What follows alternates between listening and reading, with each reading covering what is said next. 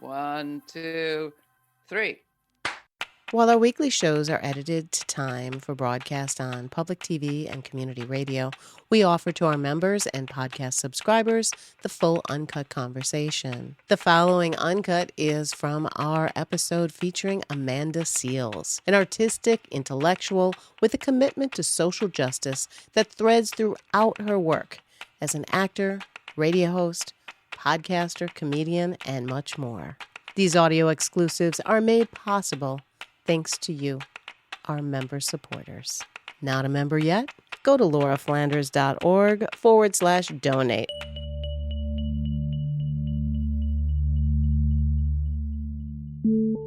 Listen or watch Ms. Amanda Seales, and you are likely, as she's put it, to laugh and also to learn. Seales, you may know from her role on HBO's hit series Insecure, or possibly from her stand-up comedy, or as a musician, an author, a host of the classic 2020 BET Awards, or perhaps you've caught her weekly podcast, her daily radio show, or her viral videos on social media. Seales' resume is long, but a running thread throughout all of it is a commitment to social justice. She calls herself an artistic intellectual, and true enough, from her early days in spoken word and doing a benefit for Jesse Jackson to her commentaries on everything from Kamala Harris and Gaza to IVF, Seales weaves scholarship from her master's degree in African American studies from Columbia University throughout her work in the entertainment industry. And she talks powerfully about her own experiences with neurodivergence, white supremacy, and a whole lot more in the process. How does she do it? What price does she pay for it? What's it take to be politically outspoken in Hollywood? And what is her advice for the rest of us? Let's find out. Amanda Seales, I am so glad to have you with me here on Laura Flanders and Friends. Welcome. Thank you. I'm so glad to be one of the friends. You sure are. I'm a big fan. Let's just start. I do this mostly for myself, but also for my guests by just kind of grounding ourselves with a question of just who's uppermost in your mind, top of your heart. Who are you thinking about or feeling as we start to talk? I mean, since October 7th, I would say that I'm constantly thinking about the Palestinian people. And as I continue to expand my knowledge of imperialism and of humanitarianism, you begin to understand more about what's going on in the Congo and Sudan and Tigray. So I think all the time at this point, I'm thinking about those who are less fortunate because of the greed of those who want to continue to remain the only ones fortunate. No kidding. Have a lot and want more. You call yourself an artistic intellectual, and I love that phrase. And I wonder what you mean by it or how you would define it for people. It's really someone who is an edutainer. I mean, at the end of the day, I've come through a system that I've been in since I was 8 in the entertainment business. And I've seen, what it means to make it in this business. And oftentimes it simply just can't be done without giving up bits of your integrity. It's oftentimes not allowing for you to have both the career and the ability to speak honestly to things that are harming others. We see that right now with what's going on with Palestine. And so, and the other part of being a quote unquote celebrity is that you're expected to just take whatever is given. You're always in the, which I know people may not realize, but you are definitely expected to just take whatever gossip is said about you, whatever. You have to take it all on the chin because you've made this somehow unspoken exchange that you having monetary gain and visibility means that you will just, you have to allow harm. And what I've decided is I am divesting from celebrity. Like, y'all can have that. I don't want fame. I would love reverence for my work. And the way that I revere people like James Baldwin, the way that I revere people like Zora Neale Hurston, and I want to encourage others to come along the same path as an artistic intellectual, meaning that your work, your art, your artisan ship is grounded in being uplifting, empowering, and in actual intellectual expansion, which for me is about curiosity. And we live in a world where, I don't know if y'all noticed, but idiocy has become really hot stuff. I mean, they made up a whole new word for lying. It's no kidding. We end the show every week by saying, stay kind, stay curious. And sometimes I think we should remind people of what that actually means. Yes. We are in a period where everyone is being encouraged to stick with their tribe, whatever their tribe is, good or, right or wrong. And, not to express that curiosity. Now, your curiosity was clearly cultivated by a lot of great educators. I knew one of them. It was my honor to know Manning Marable a little. Yes. That must have been quite something, going to Columbia with him. Talk about it. What did he give you? What did you learn from him? How'd you get there? I always remember the first day of class with Professor Marable when he came in with his Frederick Douglass hairdo, and he just came in a tizzy, and he slammed his books down at the end of the conference table, and he said, "Do you all want hip hop to die?" We were all like, "Oh, that was unexpected." Okay. One thing that Professor Marable really contextualized for all of us, but, I can speak for myself specifically, is that learning about the past has really no value if you're not going to apply it for a better future. And specifically within our classrooms, within the Institute for Research in African American Studies at Columbia, that was what was the directive. Let's make sure that we are considering ourselves responsible and obligated to be the harbingers of a better future. And I'm working on a one-woman show that I'm planning to produce as a live stream on November 2nd, and it's called What Would the Ancestors Say? And it is directly connected to that concept and understanding that we can't just keep talking about the past and romanticizing it. We have to be the future because we're somebody else's past. I was thinking about that actually today as we're speaking. The news broke this morning, or maybe last night, that Reverend James Lawson had died, one of the civil rights era greats. And when I was reading his obituary, I was reading it, up against the stories of what else is happening in the world today. And one of the things that's happening is the arrest of, I think, 20 students at UCLA for holding a funeral procession for at last count, 37,000 Palestinians killed.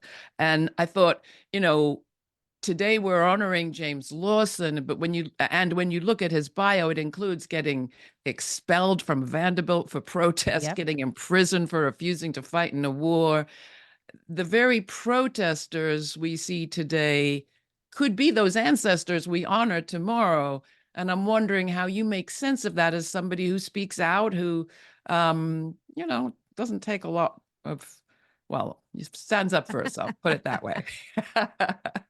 I think what we really are seeing is just this cyclical practice of ignorance, and it's willful and hypocritical.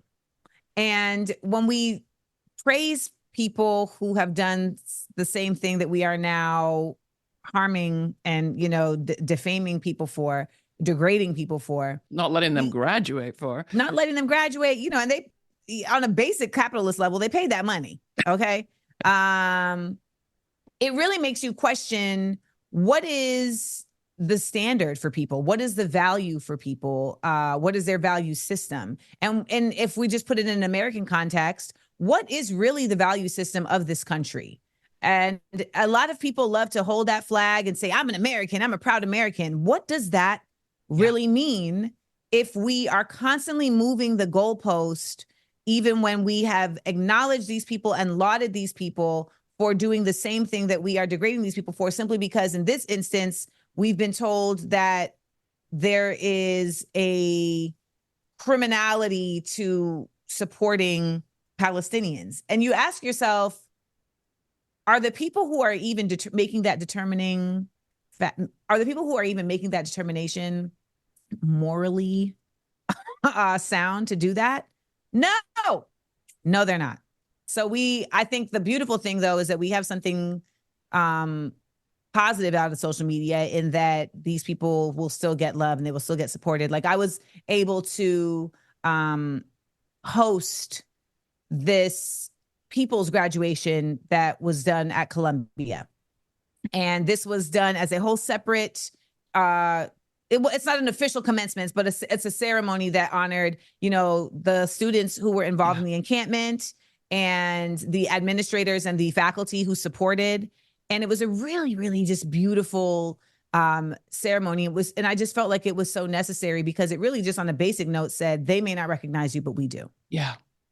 Which takes us back in a way to hip hop and how you came up. I think of hip hop as, being a voice for people that didn't have voice at that moment, or bringing a storytelling capacity to a community. I think Chuck D on this show said that was our CNN, You actually, now that I think about it, wrote your thesis related to hip hop. Is that right? For your master's paper? What was that? Yes, my thesis for my master's was about the hip hop album as a continuance of the African-American narrative. And, if we take it back to the slave narratives, that was the first time that Black people were able to write our own stories. Yeah. And as we continue in a nation that makes so much effort at erasure, we have to continue to tell our own stories. And so my thesis was that the hip hop album, even though it may not be, in the published form, is still a sound source of Black narratives that are giving us our own representation. So looking at your career and the way that you have tried to bring your knowledge, your curiosity, your thoughts and opinions to the public, I'm just struck by how much effort's had to go into it. This has not been an easy ride for you. You don't give up. I appreciate that. Those of us who are in independent media appreciate what it takes to be agile and dogged, and some would just say stubborn. Right. And I wonder if you have reflections today for young people coming up who are thinking, well, I just, the world is my oyster. We have the internet. I can get all these likes. I can be an influencer. Not so easy, I think. I think the real reality is, if you are tethering your idea of success to outside validation, there's always going to be a wall that you hit. And that's just the reality of maturing and of existing, particularly as an artist, because when you are creating something that is so personal and you are putting it out into the world, there is going to be that exchange, right? There is that exchange of, well, people do need to consume this and enjoy it. It needs to take a point. It needs to play a role in their life of validity for this to continue. However, for so many people, what they consume is based on authenticity and how it connects to them in an authentic way. And it just is very, it is a limited pool to pull from when your authenticity is based on other people and not your own. So I always encourage young people to really make it their main focus of understanding their own process, of understanding their own internal self, their own way of working. And that is why it's so dope that therapy has become less of a stigma, because I really believe that therapy allows you to become clear on the blueprint of you. And there's myriads of ways to do therapy, right? But when you become able to really understand the inner workings of you, it also makes it capable for you to create boundaries that protect you much earlier. I think about the stuff that I know now, and had I started implementing that earlier in my life, my mental health would have been so much more sturdy had I been able to have the confidence to put down boundaries that were reasonable, but that also allowed me to have self-protectiveness that didn't keep me from things that could help me, but just kept me from things that could harm me. Sometimes I think it's really hard, especially for women, young girls coming up in a female body, to have a sense of your own self, because you're so often a person on display, and then be a Black girl, and there's a whole lot of other things you got to be careful about. 1,000%. This is why representation is so important. This is why community is so important. It is imperative that you surround yourself with people who believe in you more than you believe in you. because there are so many aspects of our world that are constantly just trying to tear other people down for no even real reason, oftentimes, and sometimes it's inadvertent and sometimes it's direct. But I think of my own self, like I just went through a very public excoriation where there was just a lot of hubbub around Amanda Seales is unlikable. And I just think about how that would have really taken me out like 10 years ago in such a real way, because I was so connected to outward validation that I wouldn't have had a leg to stand on. I mean, that could have led to really, really tragic circumstances. And I feel so lucky that I've had not just the support of my friends, but also the support of my community of people who really appreciate my work. And also that I have the tools from my therapy that allowed me to be able to push through that and understand what's real versus what is just being created for means and methods that I don't even know.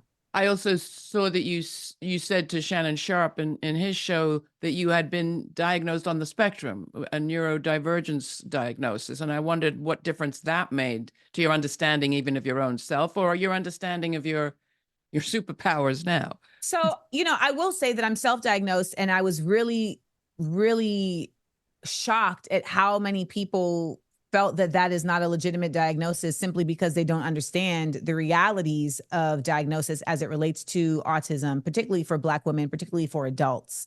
And, working with my psychiatrist and also working with, myself and the myriad of resources that are out here, which is so incredible that we have this now, the myriad of resources that are out here for people to be able to understand themselves. It's not like you're taking a blood test. Right. And then it tells you, okay, you have this many white blood cells or not. No, you're taking tests that are really based on what you have experienced, what you know from the past to the present. And I am so happy to tell you, Laura, that coming to this realization has been a relief. Yeah. It has been a liberation, because so much of my life was spent in shame for not being able to change the things that consistently were presented as why I was not likable. You talk too directly. You ask too many questions. You're only interested in talking about the things that you like. You're detail oriented in a way that makes people feel like you're attacking them. These are things that I just always thought were positive. And then to find out that, like, my pattern recognition, my commitment to justice, my rigidity of a moral compass, that these are all related to my autism, it became just this wide open portal to self-acceptance. Yeah. And it became, like you said, a superpower. And the superpower isn't necessarily these individual things. The superpower isn't being able to love myself freely. That's the superpower. And so many of us just simply cannot get to that point because of the trauma, because of the impediments that are around us in our interpersonal lives, in society, et cetera. So I really feel like in finding out this diagnosis and being able to self-regulate, now I've learned that the things that I thought that I just liked, no, these are things that you need. These are things that can shift the way that your brain is functioning to provide you with support. And it has made it so much more possible for me to do this work in activism, to do this work in edutaining, because I can be regulated and not triggered all the goddamn time. And I can show up. I can show up for others and show up for myself at the same time. So I want to talk about what showing up looks like in a minute, but I would want to give you a chance to shout out some of the people that have helped you along the way. We mentioned Manning Marable, yes, but there are a lot of teachers that preceded Dr. Marable, and I think that we sometimes jump over those early teachers that made a difference, including a gymnastics coach.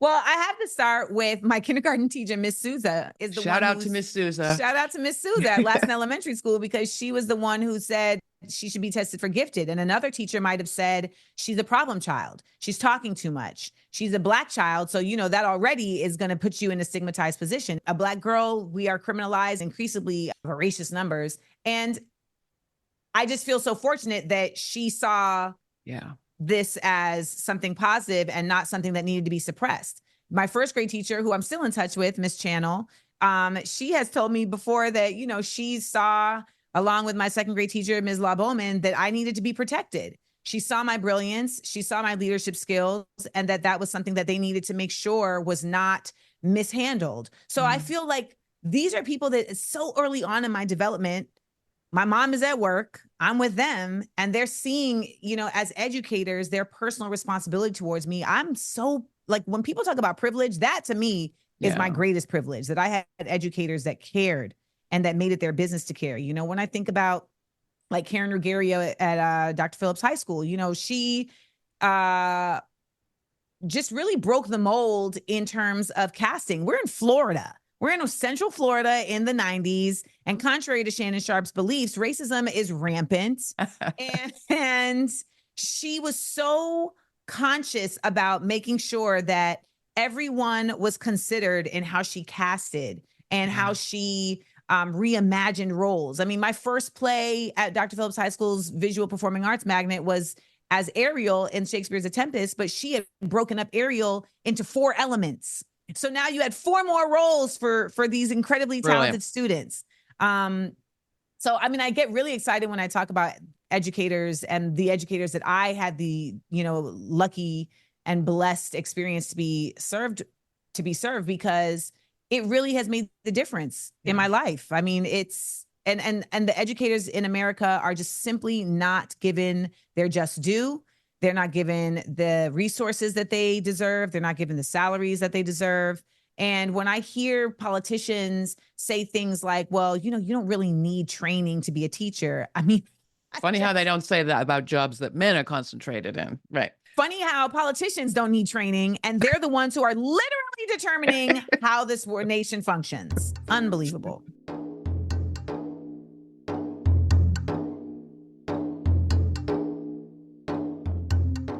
Laura Flanders and Friends asks the questions we need to be asking to move forward.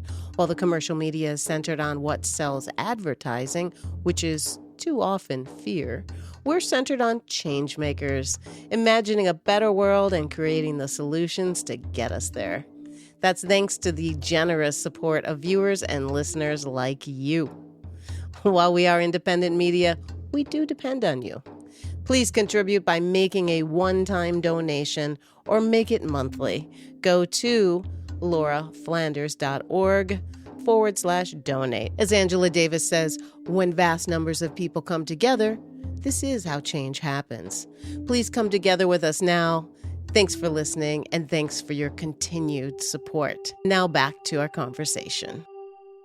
Well, that goes to the things you've been speaking about recently, whether it is police killings, Gaza, the Democrats. I mean, where do you want to start? Where do you think we are seeing change? Well, here on the show, we try to find progress where we can.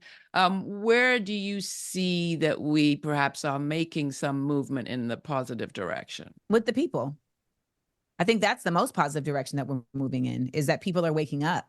Yeah. People are learning. People, are defying what has been a concerted effort for the past at least 20 years to make intellect and to make knowledge just simply not valuable, not cool. And people are making it their business to say, no, let me ask questions, let me learn how to research, not just say I do my research.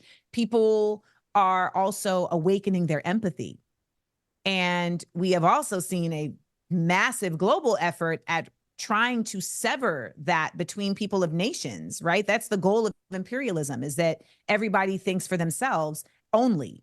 And you kill empathy. You create a narcissist culture that seeks to only protect itself and not the community. So when we see people starting to understand community on another level, when we see people starting to awaken their empathy and say, even though this doesn't affect me, it still sucks. I still feel like it's my responsibility to, at the very least, talk about it. That may seem like a small step forward, but I feel like in the greater scheme of the efforts that the powers that be have been, it has the power to change the axis of evil, so to speak. I was once lucky enough to be invited to go and see Anna DeVere teach her class at NYU. Oh. And she has this line about acting being an exercise of your empathy muscle. which I It just thought was is. genius.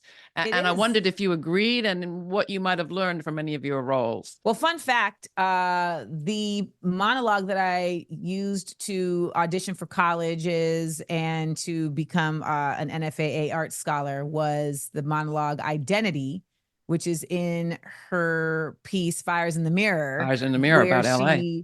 Yes, where she has the conversation with Ntozake Shange. Identity, it's a psychic sense of life. It's a psychic sense of place. It's a way of knowing I'm not the rock of that tree. I'm this thing over here. But long story short, yes, I mean, I think acting in the best way forces you to listen. I'm a good interviewer because I'm a good actor. I'm a good interviewer because I was really, taught that I needed to listen to respond, not wait to respond. Yes, I know the next line, but if I'm going to do this line properly, it's going to be a response to the line that's being told to me, or it's going to be response to the sound I hear or to the action that's happening. It's not going to be simply because it's time to say the line. So you have to be locked in. And in order for you to be locked in, you have to be empathetic to not just the character you're playing, but the others on the stage, because you have to be able to feel them. And that's what empathy is, feeling other people. And sometimes I know that I understand why people are so afraid of empathy, because they're afraid of their own feelings. And that's why mindfulness is so important. And what acting does teach you is a certain level of mindfulness. Unfortunately, a lot of actors become better at being mindfulness about their character than themselves. Mindful about but that's a whole other show, Laura Flanders. Which is why I always tell people, like, do not credit me as an actor. If you're going to credit me as anything other than an artistic intellectual, say comedian, because we are a different kind of crazy. But I really believe that empathy is at the core of everything. Well, it isn't at the core of our politics right now. And it does seem to me that the sort of the economy or the culture of social media, and I'm obviously not against social media, we use it all the time, but it's kind of a one-way communication, and then you defend your, like, there's a kind of prize put on not shifting your opinion or not being affected by what somebody says. I mean, occasionally somebody might say... It's interesting you say that, right? Because what made me ultimately say I need to divest from celebrity was because I felt like the only way I would be able to manage in the current space I was in was to become sociopathic in that way. Yeah. Was to really just be like, you know what? I don't care. I have to just not care what anyone says. And that's the only way I'm going to be able to manage. And I don't want to be that kind of person. And so I think the problem with social media ultimately, though, is that it's not fact-based opinion that a lot of people are dealing with. So I know for me, like, I'm not going to change my fact-based opinion on your thought-based opinion. Sure enough. So that's my rule. That's my bottom line. I mean, I think when we're talking about empathy, I think sometimes I do hear someone who I might disagree with, but I hear something in where they're coming from that in most contexts, it's hard to then connect with because we're just set up to fight with one another. We are. And I think that oftentimes because of the lack of actual interaction, it's just like words on an app, folks aren't also as good at delivering their disagreement without feeling like they need to protect themselves. So it starts contentious, it ends contentious. I've been really trying to cultivate a space, particularly on my Patreon, which is, it's a lot easier to do because it's a subscriber base and it's people who genuinely want to, interact with you and they know that they need to protect the space.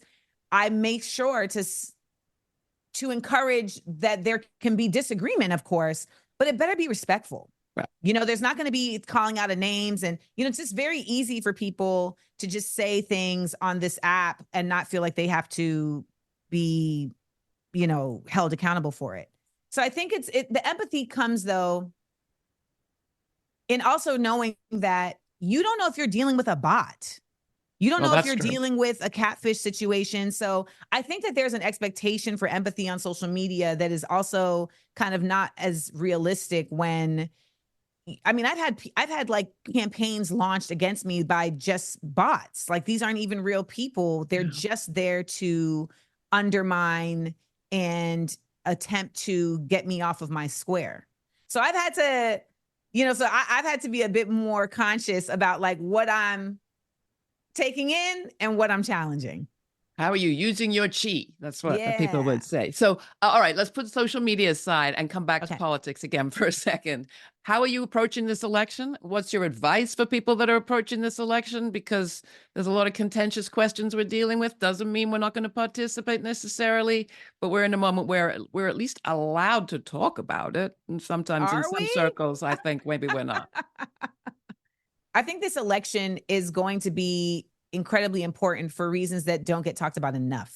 I know that there is a great deep fear of, what would Trump do? Right. What is the fascist implementation that could be made present? And I understand that fear, and I also understand their efforts at promoting that fear. But I think the biggest, to me, story about this election is how much people care about it. And we have seen such a string of apathy in the past few elections. So when you see how passionate people are, I just wish we had a more moral, I mean, it's kind of an oxymoron, but a more moral government at work to really harness those feelings in real effective and authentic ways other than manipulating those feelings. And a lot of this, I believe, comes from also just the surge that we've seen in the past 4 years where we were stuck in the house. People lost so many lives in this pandemic, and folks also just had to really get in touch with themselves. And so we're seeing a lot more feelings attached to these elections than we've ever seen before. Most of the time it's strategy. We're seeing more feelings attached to this election. And people ask me every day, who should I vote for? Who should I vote for? Who should I vote for? And I know that when people ask me that, they're solely talking about the president, as if that's the only thing that matters. And in my opinion, we need to be focusing on the local and state more than anything, because currently that is where the dictatorship of the Supreme Court, because I do consider it a dictatorship, the Supreme Court is pushing this Constitution to do. It's pushing this Constitution back to the states. And they have reworked and wrangled this Constitution and wrung it out into such a tizzy that the very laws that were created for the sole purpose of bringing equity to Black Americans who had been enslaved, those very laws are now being bastardized into laws that represent discrimination for white people. When I see white people say things, I'm on a tangent, so just let me flow. When I see white people say things like, where are our civil rights in the Constitution? The Constitution is literally written for white people. Like that's what it was written for, landowning white men. And then women had to come and get their suffrage.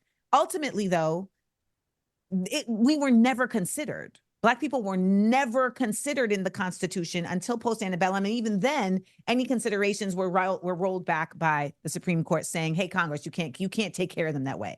So I just say all that to say that when we look at this current election, you got to really pay attention to your local and state. You got to pay attention to your representatives and your senators. As far as the president goes, and I know people are going to ream me out for this, y'all, vote your heart.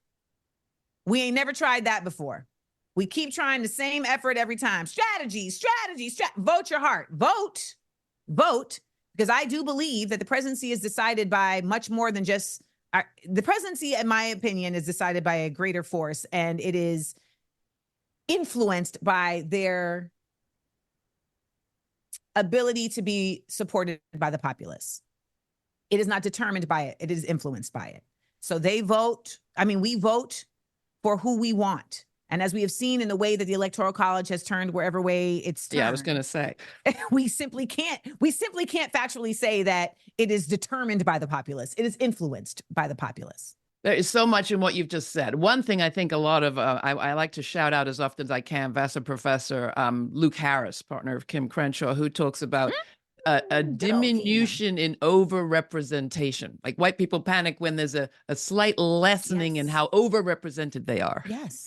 And I think that's what we're seeing when we see those allegations of reverse discrimination, which is language that's been pushed for decades by the right now through their determined and dedicated and well-funded media. So it's no surprise it's now coming at us from all corners.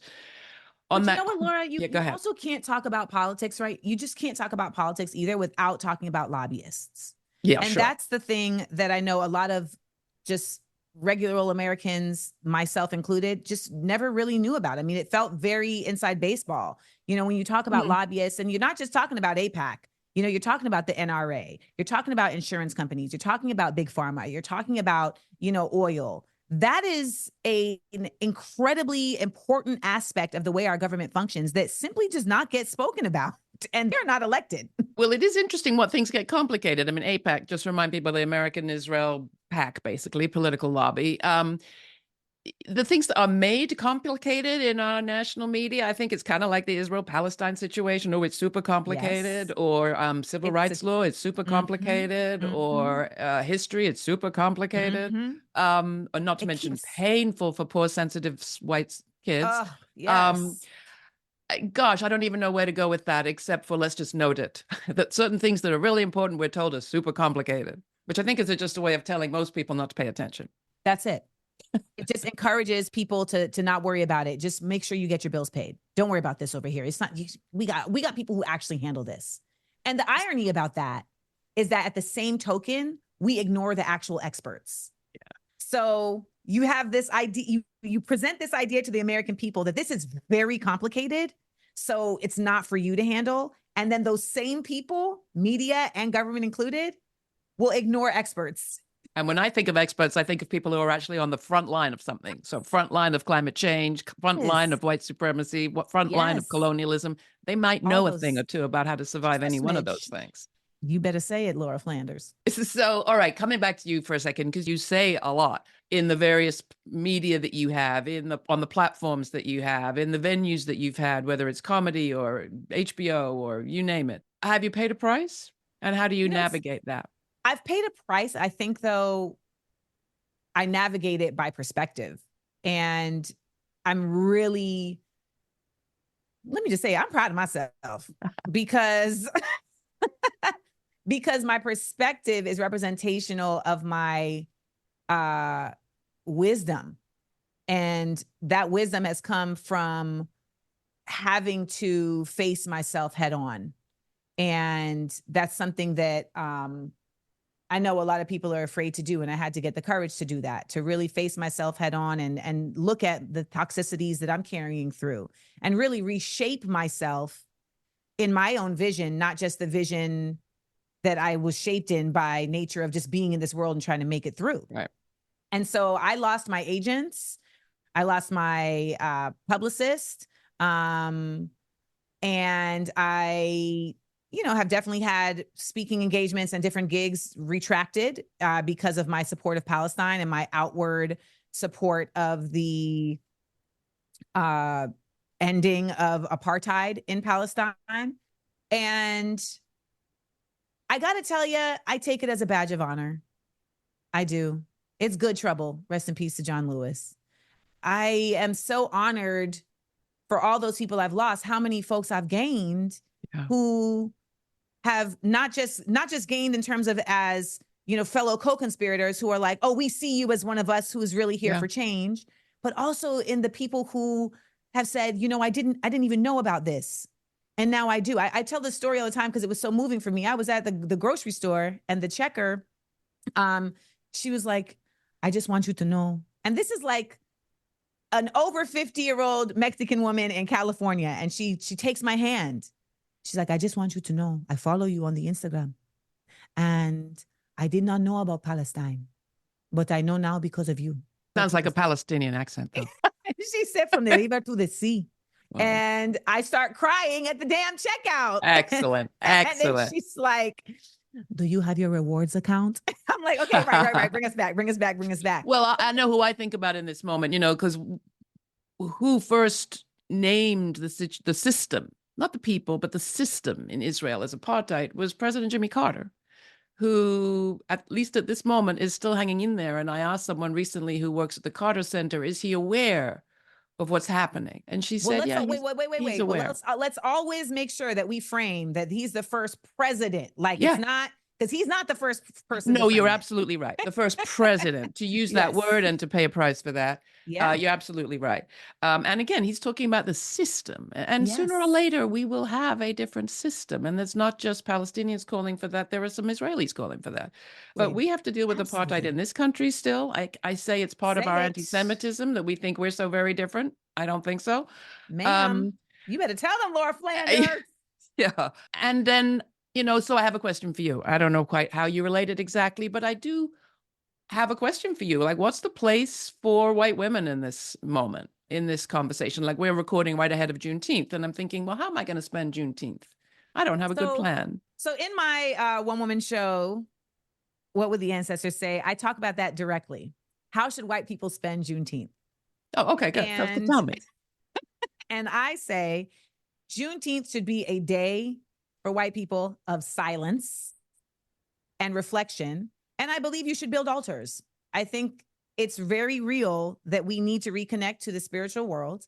And I believe that white people should be building altars of offerings to those who have been harmed and lost to white supremacy. And you give offering and whatever that is for you. I mean, is that a James Baldwin book? Is that, is that a pair of Jordans? Mm-hmm. I mean, I'm saying this jokingly, but I mean this because when I went to Cape Coast Castle in Ghana, it is the site of where so many were taken from Africa and sent onto the transatlantic slave passage. And they have this wall, they have this door. It says the door of no return. And when you're going through and they're showing you where they had, corralled human beings for such a tragic and traumatic and terrible path, you see now in those places that they also have altars. And I said, what is this? And they said, well, we built altars and every day we give offerings to the souls that were harmed here. And every day we say, we atone. We don't just apologize, we atone. And what atoning is not just saying I'm sorry, but it's saying, and I will, in my actions moving forward, I will commit to restorative justice practices. And I think for a lot of white people, they can acknowledge and they can say and they can see, oh, that was wrong. Right. That shouldn't happen. That's not okay. But they can't necessarily identify where their action is. And that oftentimes is simply just coming to a place of stillness. So Juneteenth should be a place of stillness and silence and atonement by building altars to those who came before, who have perished at the privilege that you now exist in. Sounds good. Good action plan. And I will emphasize the silence. I appreciate that.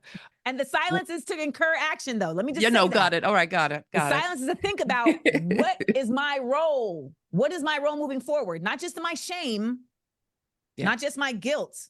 How do I alchemize that into action? Yeah. And every one of us has that power. All of us have that alchemy in us. We are made from stardust. We all have it in us.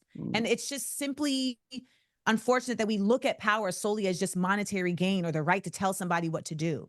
No, you have the power to literally use the energy within you to bring new energy. And that doesn't necessarily mean being in charge. And I've also appreciated, going back to your Shay appearance, that you talked about something I hadn't heard of the phrase before, which was it master's energy? That we're trained in this society in master energy, but we're not trained well in what other roles we might play. I've often thought of it as kind of fame addiction, but I think master energy is a great phrase. No, you know what it is? It is the main character energy. Main character energy. Okay, go for it. Main character energy. Yeah, I mean, it's imperialism. It's I count most, I matter most. And the only way I know how to exist in that is selfishness. But selflessness also is incredibly empowering. And when you enrich your community and you see beyond yourself, you're literally creating a better situation for you. This is the notion around property taxes. Why do you think property taxes are so high in high income communities and then they have better schools? Because they know that if you have more money and you put it into better schools and you made a better community for everybody, that's not by accident. I was just going to say, because our school system is not federal and set up that way, it doesn't have to be that way, but it is. It doesn't have to be that way. Because it doesn't say anything about school in the Constitution, and people are shocked when you tell them that. They're like, wait, there's nothing about education? No. Other countries don't do it that way. So I say that in just my own, I mean, listen, I came up in this business since I was 8. Like, main character energy has been the vibe, right? It's like, how do I be a star? I'm a star. But the beauty is when you realize that as a star, you can be a star that's still in a constellation. Beautiful. I love it. And I'm always just trying to encourage people. The beautiful thing about the encampments at these schools was we got to see what it looks like when leadership sees that leadership is actually about how do we work together, not just how do we make someone in charge. Wow, those tents even look like constellation. Now you've put that word out there. Ooh, you are out there. I've got only just a little bit of time left. What are you seeing? You're on tour. I'm on tour right now. Feeling happy, excited? Where can people catch you? I am excited. Although we're not allowed to explicitly promote things on public television. Okay. You can go to my website and you can see where I'm going to be at, and you can go to my shows, and you can also check out my podcast, and you can also check out my radio show. And I've made it very convenient that it's all at a website that is based on my name. It's literally just my name. And are you happy by are you cheered by what you're seeing out there? In this difficult, I'm so encouraged. At odds world. I'm so encouraged, and my audiences have become so much more diverse. I have a lot more Arab folks coming to my shows, so that allows me to feel really confident in building a bridge between communities and really understanding that, y'all, it's not just about our tribe based on our culture sameness, based on our gender sameness. It's our tribe based on our values. Yeah. Let's build tribes based on similar values and how we can continue to support each other in that. Oh, inshallah. Okay, so I have a question I ask always at the end of these conversations, and that is, what do you think is the story the future will tell of this moment? And I don't know whether you want to pick 25 years, 50 years, 100 years, a millennia, 7 generations. Think about it. But how do you think our descendants of the fall. will look at this moment? They'll say that was the beginning of the fall. Mm-hmm. They'll say that was the beginning of the fall. That was the beginning of the fall of the empire. It's been happening, but right now is the impetus of what I believe, hopefully in my lifetime, will be a demise of imperialism as a global practice. I hope we come up with something better. Do you have a vision of how we will feel differently after that, when we are not living in this? I think there's going to be an expanse of time where there's of lack, right? But what I have learned in my life is that all the times that I have been in lack ended up being when I was the most productive, when I was the most in touch with myself, when I was the most effective. And so I've learned to see those times as a really valuable part of a beautiful process and of a beautiful struggle. And so I think that's going to happen for us. But what it's going to force is togetherness. And as Black people and Indigenous people, we have seen how that can be so fortuitous. And so if we can just get the rest of the world on board with that, I think we'll be all right. All right. I want to be part of the same tribe of values with you. And you are, Laura Flanders. You said that there's apartheid in America currently. I said, this is my girl. Yes. We're working on it. On it. Thank you so much, Ms. Amanda Seales. It's been a pleasure having you with us, and I look forward to more, and good luck in all of your endeavors. Thank you so much. And I love your glasses. LAI works. Thanks for taking the time to listen to the full conversation from our episode featuring Amanda Seales, an artistic intellectual with a commitment to social justice that threads throughout her work. These audio exclusives are made possible thanks to you, our member supporters. Please join our members now by making a one-time donation or making it monthly. Go to patreon.com/Laura Flanders and Friends. That's also where you'll find more information on this conversation in our episode notes post on Patreon. And thanks again to all of our member supporters.